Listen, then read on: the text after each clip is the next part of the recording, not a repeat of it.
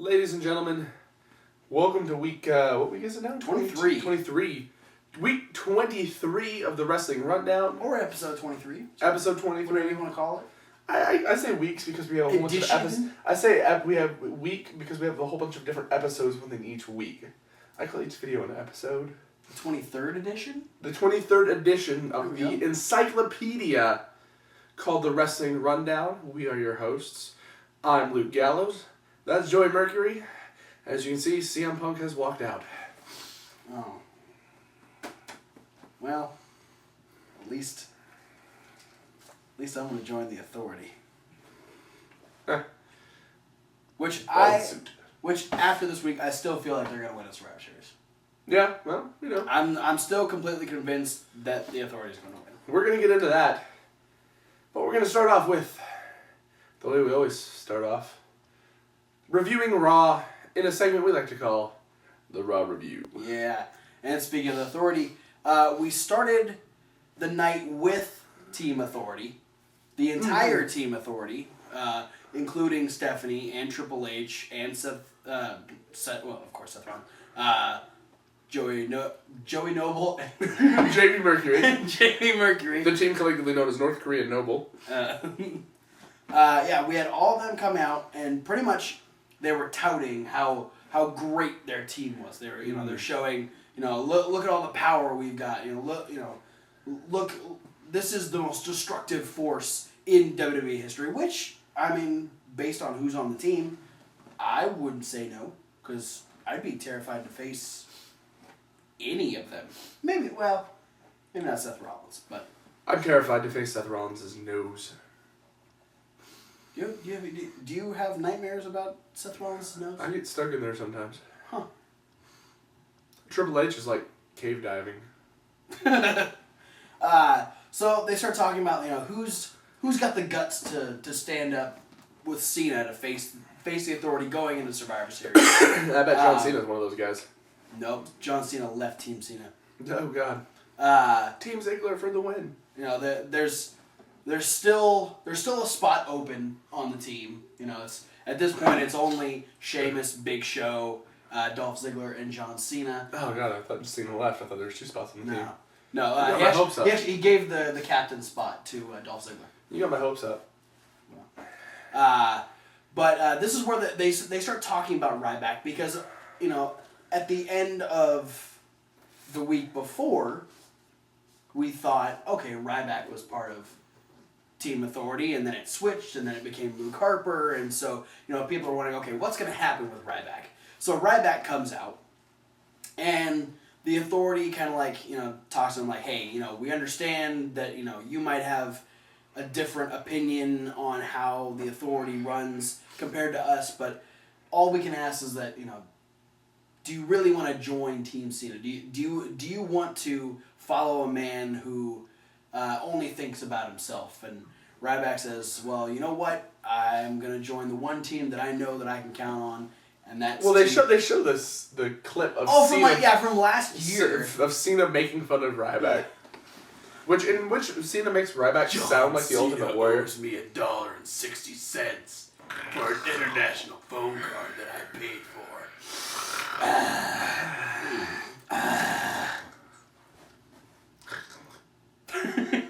John Cena does a great Ryback impression.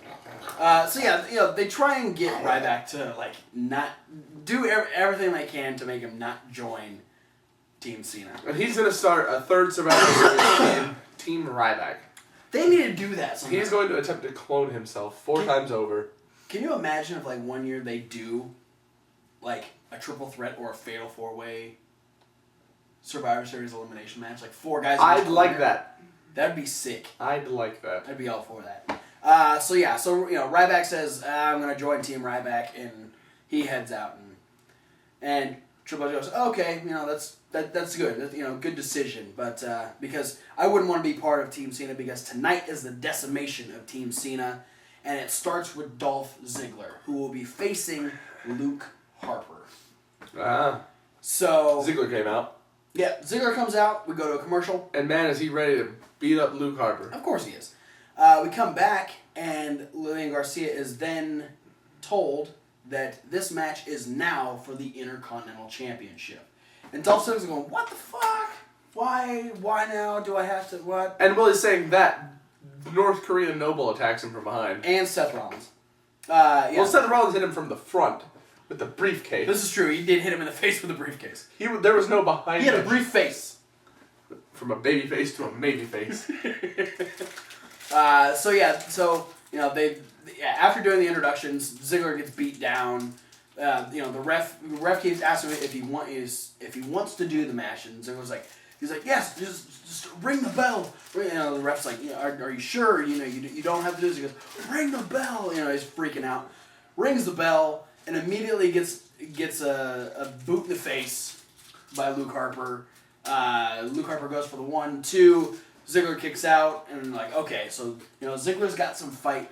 It's a big epic attempt at a comeback story for Dolph Ziggler. Yeah, and it was all really one-sided because the Authority stacked the decks against Ziggler. He didn't know he's defending the title. They beat him down, and so he's really just surviving at this point, which is it's Dolph Ziggler's strong point, and it's appropriate because we're going. That's a cool trick, and it's appropriate because we're going into Survivor Series. But ultimately, that's what we did there. You used Survival and Survivor Series in the same thought. I did do that. But we ultimately get a tag team I don't title. know why I said tag team. And Luke Harper and Dolph Ziggler are the new tag team champions. We get an Intercontinental title change. Luke Harper is officially the Intercontinental champion. That excites me greatly. I was impressed with this segment. This was the best way they could have started. They started Raw perfectly. This is a go-home show to Survivor Series, so I'm expecting a lot of good things. And of course, in hindsight, I should have expected the decimation of Team Cena. This is the perfect way for the Authority to start getting their point across. Yeah. They're like, first thing we're gonna do, we're gonna take the Intercontinental title, and they do. And then we get the. We would get the update a little while later that Ziggler was in the back. He wasn't seeing straight. Essentially he's not coming out for the contract signing, which we forgot to mention. The contract signing would be at the end of the night, so it was all about who's going to be coming out with Cena for the contract signing. And at this point, it doesn't look. And they put up the little graphic and they faded Dolph Ziggler away. Yeah. That hurt. You can't fade Dolph Ziggler. But they did. So now, John Cena only has Sheamus and The Big Show. Only two of the biggest guys on the roster. Oh yeah, I wouldn't want to go into battle with just those guys on my side. Up next, we had more of the Bunny Adam Rose stuff. We had Tyson Kidd versus Adam Rose. I sense that you're getting tired of the Bunny Adam Rose stuff. I am, and I won't get into it here. I'll watch the midweek wrap-up later, and I'll tell you why I'm sick of it, because it just keeps happening. But pretty much, we have Tyson Kidd out there. He's got Natty in his corner.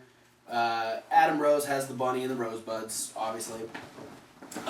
Disappeared. The Bunny keeps trying to, get Natty to join the Rosebuds. He's like, hey, come here. He keeps motioning. Ooh, that's not what I think he's trying. We didn't. He's trying to score Natty's digits. Maybe. We know that usually pisses Tyson Kidd off. Mm-hmm. But that ultimately works against Adam Rose because Adam is trying to get the Bunny to help him, which is very heelish of Adam Rose. But Tyson ends up winning with the sharpshooter. Adam Rose is forced to tap out when the Bunny doesn't help him get to the ropes or whatever. So Natty. I'm not sure what he was expecting the Bunny to actually do. Like maybe pull him towards the ropes or something, or push the rope in. I don't know. It didn't work. We got the go behind and the bunny hump, which is nature. That's what bunnies do. Bunnies hump. A lot of nature going on there. So, whole lot of nature going on all over Adam Rose. Then he got up into the top of the ramp and did the hump motion again. Yeah, he was all about that hump motion. A little risque for the bunny. And then he hops away. Anyway, we get I'm still having fun with this. Huh? I'm still having fun with the bunny. Are you really? Yeah. All right. we get Bray Wyatt come out next after a commercial break, and he starts talking about, they told us that love was the most important thing. It was the greatest gift that we could get, but they never told us that love could be ripped away from you at any minute.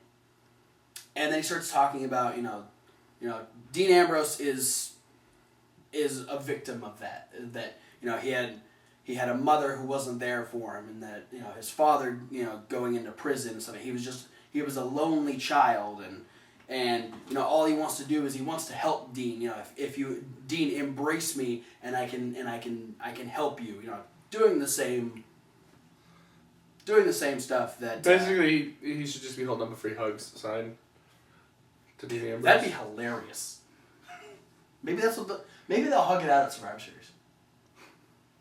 Something tells me that I highly doubt that would happen at any pay-per-view. Hey, Stranger Things. we just got done talking about the bunny humping Adam. A bunny humping Adam Rose. Absolutely normal. Anyway, so after Bray goes on his little tirade of you embrace me, Dean. I can make it all go away. I can help you. I can fix you. We get Dean Ambrose's voice going. Is this thing on? His voice going. Yeah. I don't know how he made that sound. That's the only way I can make it. But Dean, there you go. He comes up on the Tron and tells Bray Wyatt, he goes, "Hey, I've been hearing your message since Hell in a Cell. I heard it then. I've heard it now, and I still don't care. It doesn't matter to me. But you know what? Maybe I can learn something from Bray. Maybe Bray Wyatt's not all that bad. Maybe I can. You know what? Actually, I just learned a spooky magic trick today. I'm gonna show you it. Video recording. I'm not really here and talking. I recorded this on my buddy's cell phone earlier this afternoon, and then attacks Bray Wyatt from behind. It was clever. It was a Stone Cold moment. It was. Is it live or was it Memorex? This was one of. I'm gonna get this out of the way here. I was not a fan of this Monday Night Raw. Mm-hmm. It bothered me, but this was one of the highlights because this is a match that I've been excited for. I still feel like it's way too soon for this match to be happening at Survivor Series, but despite what other people have said, I like the build, and this kind of Bray Wyatt being so confident that he can manipulate people. He underestimates that Dean Ambrose is. Even though Dean Ambrose is a little crazy, he's still fairly smart for being a crazy person, and he's able to get the advantage over on Bray Wyatt. Dean Ambrose ends up grabbing a microphone, and he says, "You know what, Bray Wyatt? As far as Survivor Series comes up, the only people you need to worry about saving is yourself." And in true Dean Ambrose fashion, just denying all help from Bray Wyatt. So from anybody. Yeah. Yeah, I liked that moment a lot more until I just now realized that Stone Cold did the same thing 10 years ago. See, I didn't know that because Or 15 years ago-ish. Who did he do that with? Yeah, I think it was McMahon or The Rock, or maybe the McMahon and The Rock. It had to be one of them. But he did hey, he was doing promoing like he was backstage. Mm-hmm. Blah, blah, blah, blah, but I have one question for you. Is it live or is it Memorex? And then he came in from behind and... That's clever. Memorex. Well, that was a slogan for the Memorex videotapes. Back in the early 90s. At least they waited 15 years to do it again. Yeah, something like that. You can start rehashing Attitude Era storylines. It's been that long. Yeah, it's been a while. I started watching towards the end of the Attitude Era, so I think it's okay to start bringing. I'm excited for the new stable, Degeneration Y. Oh, that's gonna be good. Mm-hmm. It's gonna be good. Up next, Thomas Wolfe and I were texting during Raw on Monday, and we both felt that this was the match of the night. We had Ryback taking on Cesaro. Cesaro is the match of the night, period. Obviously, Cesaro, known for his strength. Ryback is all strength, and this was a very, very power-heavy match. Just a lot of... Full of strength. Even though Mark Henry wasn't out there. It was just it was so physical. There was some really great spots. Ultimately, Ryback defeats Cesaro. Cesaro's still on his losing streak. But it was... Cesaro is the best loser in WWE history. He's honestly like the best everything on the roster. He can make everybody look good. Mm-hmm. And this was great because... He once made a broom look better than Ric Flair could make a broom look. Really? Yeah. They have is that a competition? Yeah, well, they always say Ric Flair could have a match with a broom and it would still be good. Oh, absolutely. Cesaro had a match with a broom and it was better than Ric Flair's broom match. Wow. Yeah. Cesaro's the new Ric Flair. But better. Whoa. All right. He's going to be 22-time champion before he retires. So, that's a win for Team Ryback. I don't think Cesaro's going to be joining Team Ryback. I was hoping, but... And Kane needs to leave. Kane needs to leave the Authority. Kane's not bald anymore. And then you get Eric Rowan and Big Show.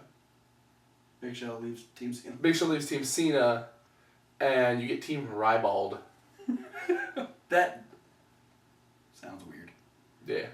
That sounds a lot weirder now that I play it back in my head. Rybald. Rybald. Ooh, we just get Rybald. Oh no, we're moving on.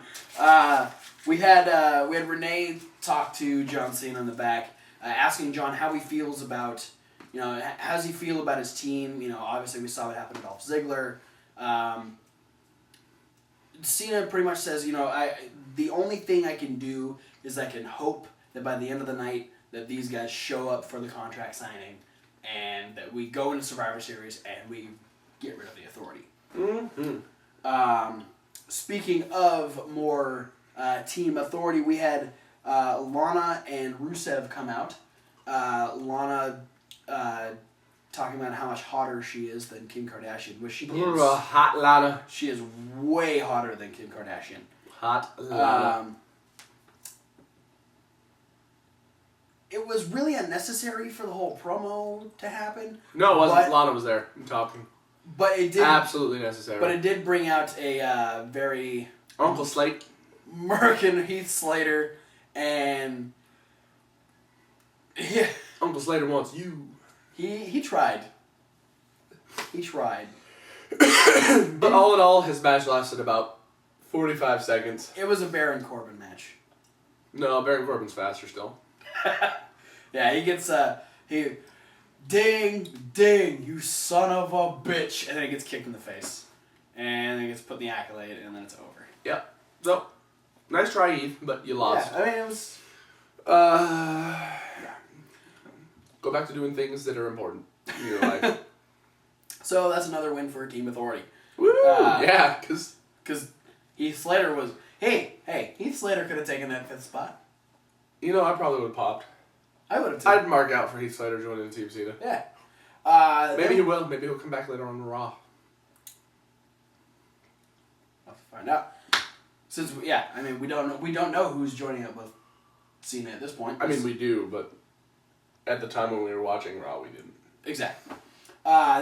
Big Show comes out, obviously getting ready for a match against someone. It's supposed to be the decimation of Team Cena.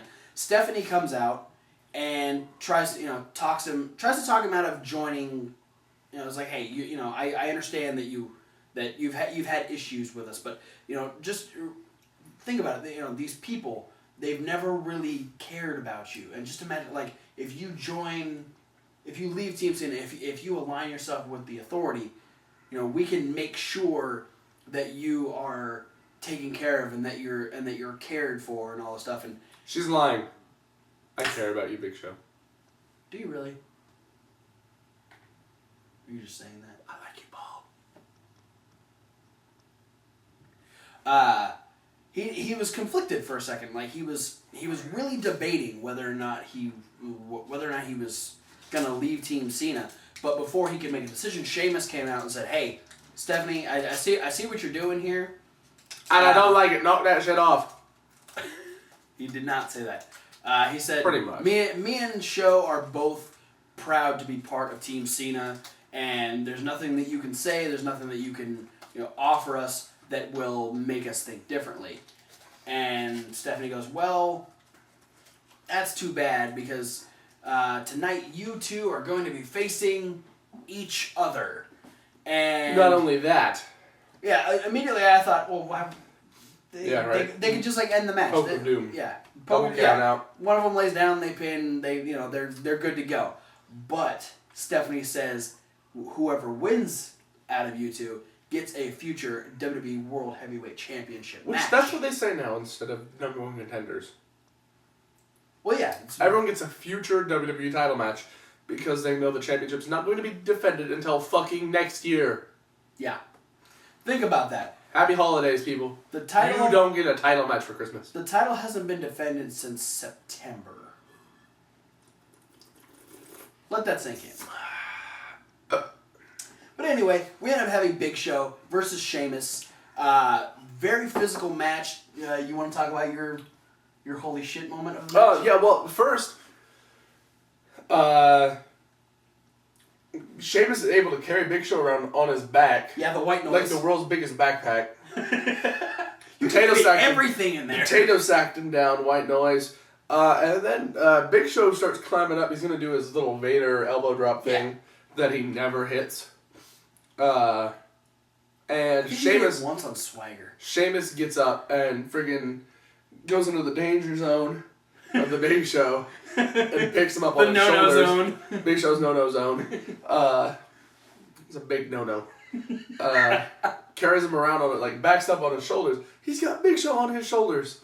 It's crazy. It's the world's biggest two-man totem pole. And drops him down, electric chair drop. Usually totems have like 5 or 6 faces. You only needed 2 on this one. Yep. That's how tall it was. Big Show and his no-no zone. That is a 13-foot person. Sort of. That's scary. Yeah. But the electric chair drop, man. Yeah. It's impressive. Yeah. Big Show is taking a lot more high spots than he used to. Well, I think we've said that. He's invigorated. Over the course of the last couple months or so, because he's been on Team Cena. So he said that Cena spirit. Well, even before Team Cena, I mean, he's just moving faster. He must be doing DDP yoga. Probably. He's doing DDP yoga. But the match wouldn't end because we'd have Mark Henry and Rusev come down. With Mark Henry waddle down and Rusev jog. Yeah. Rusev with a real light jog too. I'm not in a hurry. He gets in, does his and then kicks Sheamus in the face. So technically, Sheamus should be granted a future WWE World Heavyweight Championship match. But Sheamus falls out of the ring where Mark Henry would give him the world's strongest slam through a table, then try and rape him. And then Rusev would put Big Show in the accolade and turn Big Show, stretched him into a manatee. Stretching too hard with that one. Alright. We would get a graphic that we were getting the new and improved Fandango. Fandango! With Rosa Mendez. Ooh, that's improved. During the Survivor Series kickoff show. And that on the panel we would get the return of Bad News Barrett. She has the hip swivel thing that I like. She's got a lot of things that I like, except for residual Michael Hayes.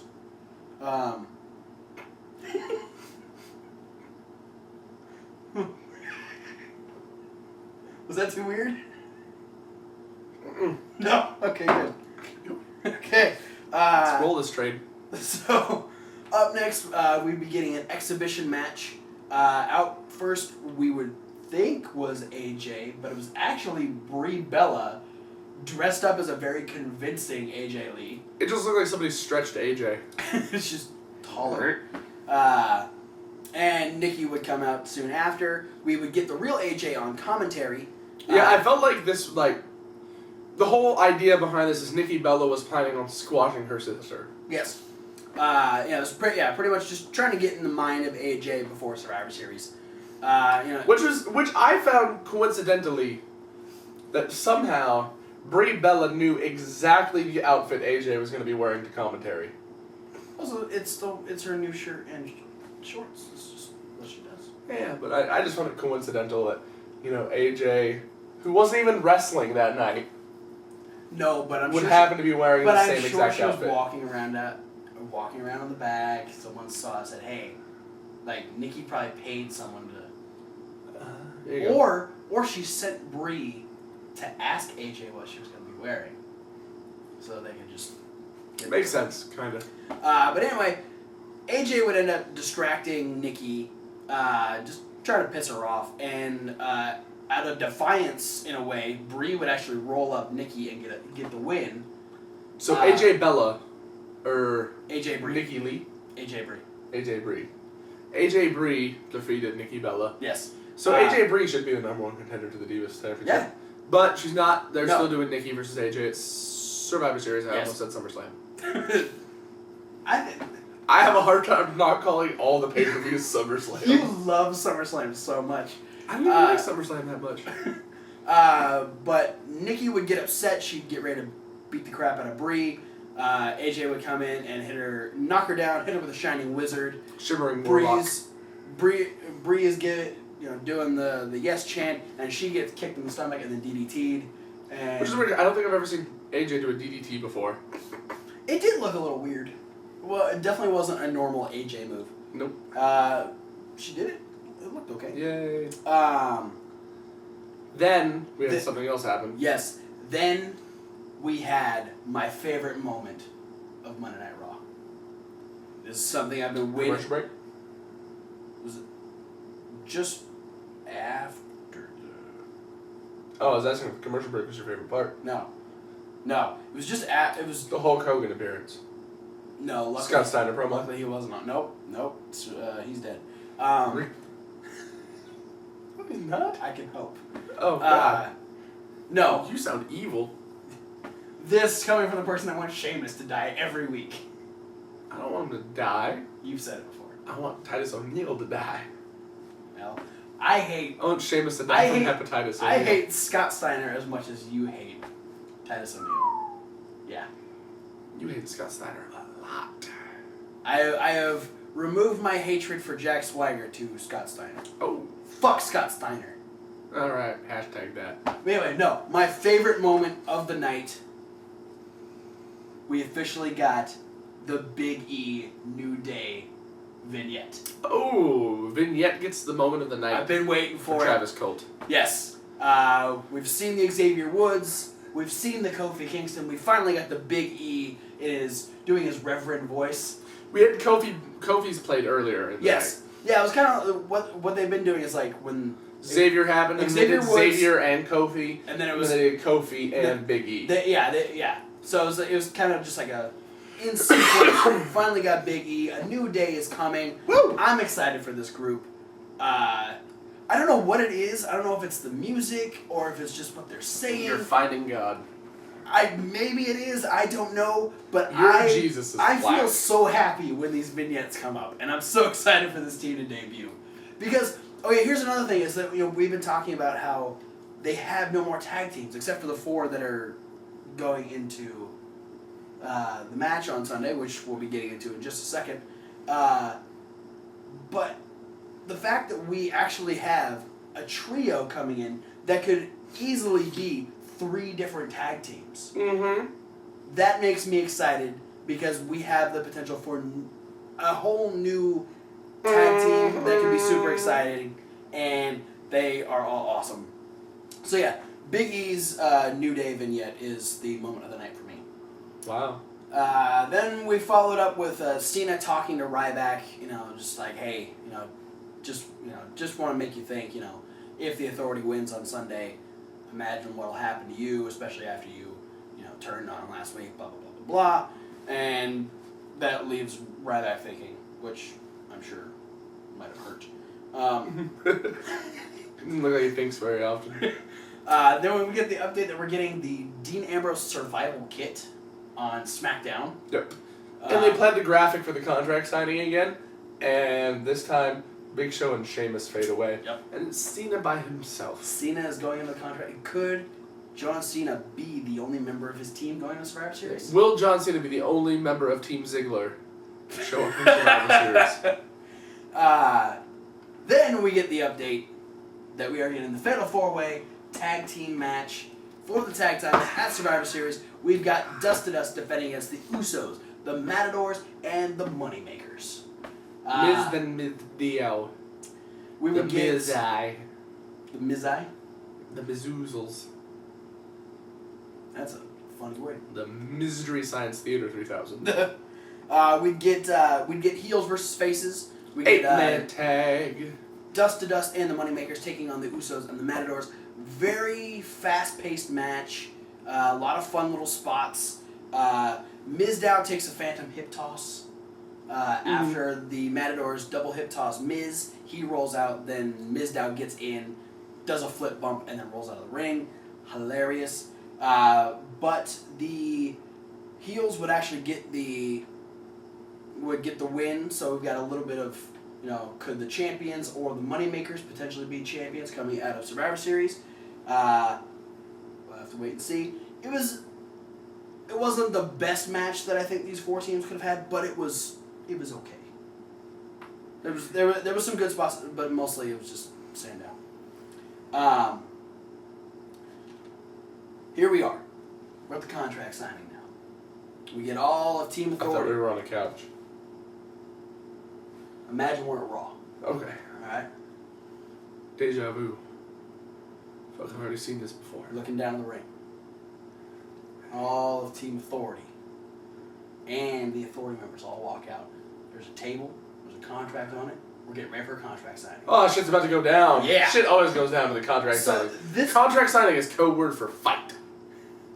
Or a clusterfuck.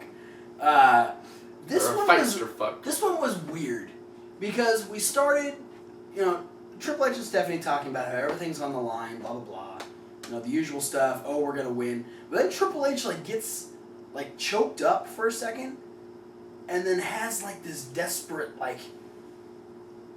he almost turns face for a second. He's just you don't get it. You don't get how much this means to us. This is important, and you wouldn't understand. Blah blah blah. We can't lose, Stephanie. We can't lose. And she's like, and we won't. It's true. The Authority's trying to win the crowd over. It was weird. It just made me go, what the fuck? The idea is the Authority's supposed to win the crowd over, so the crowd goes, hey Vince, don't fire the Authority if they lose. It just made me confused. A lot of things make you confused. Yeah. Then, John Cena would appear. Yeah. A wild John Cena appears.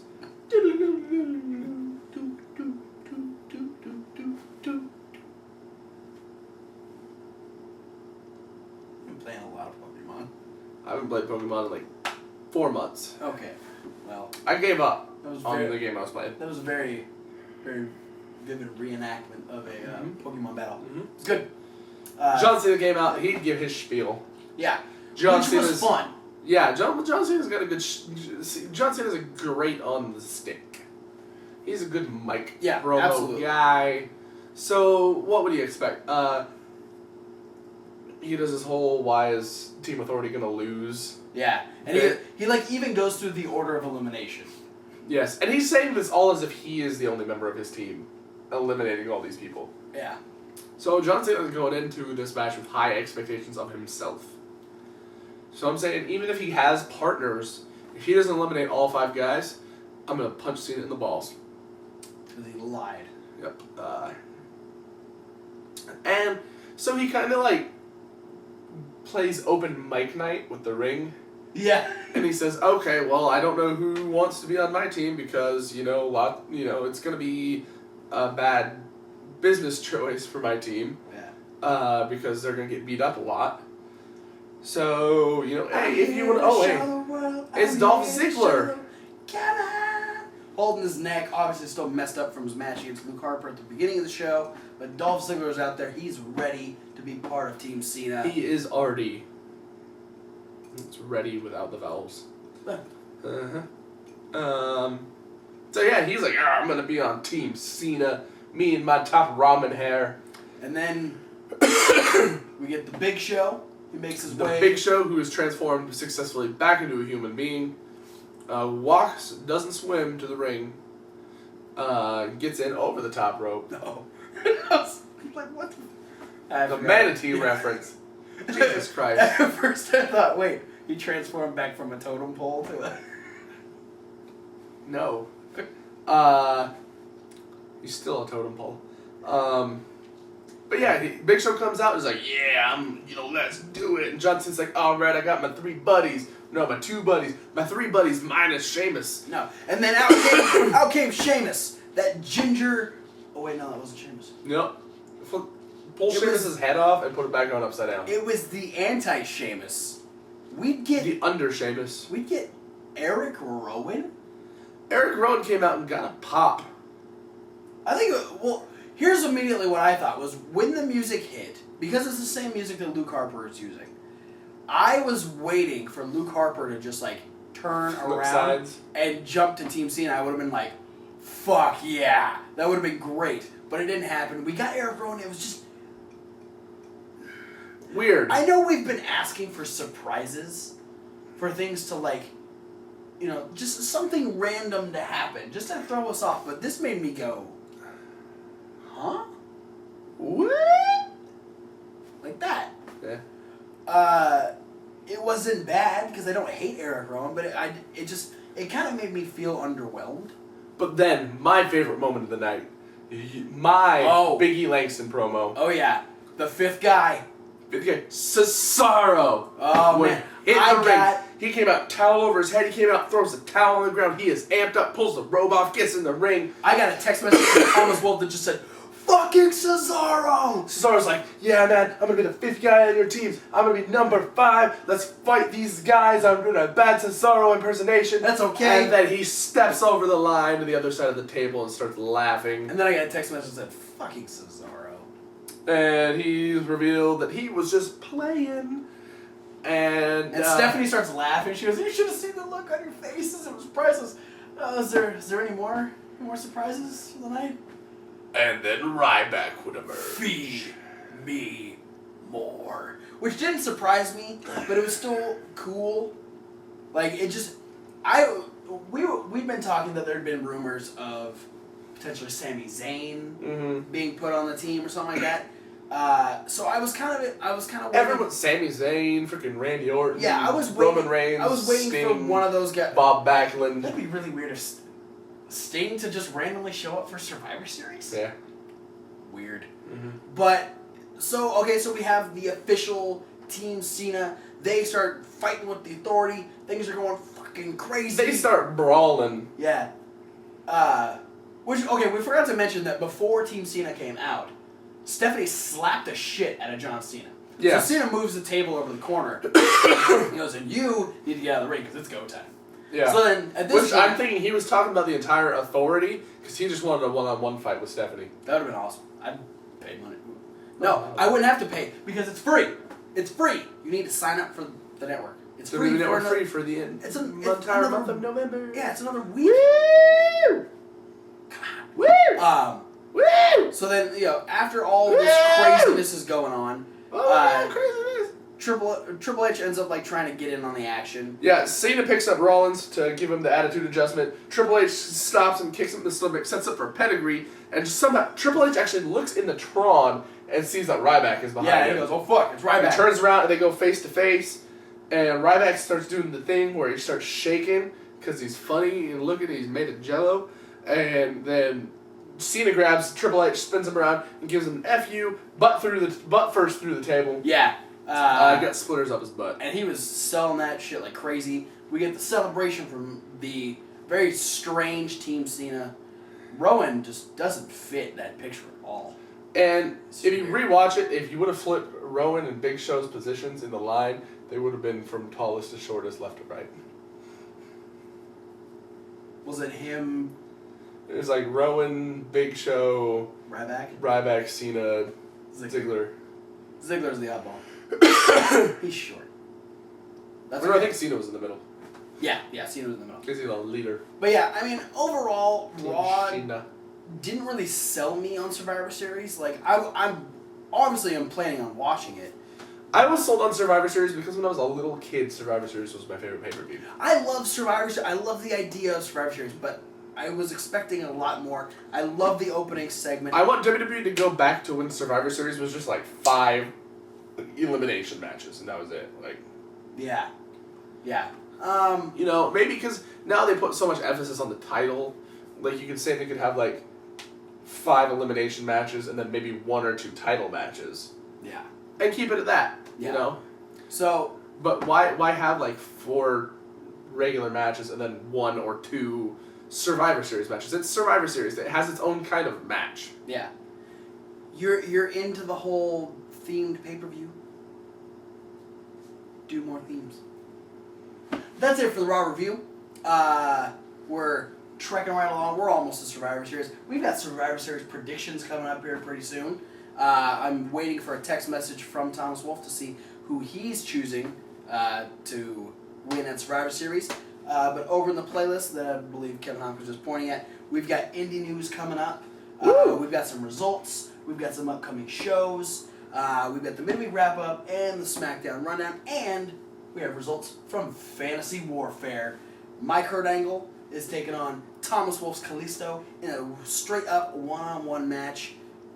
Referee, matchmaker, you get to determine the winner.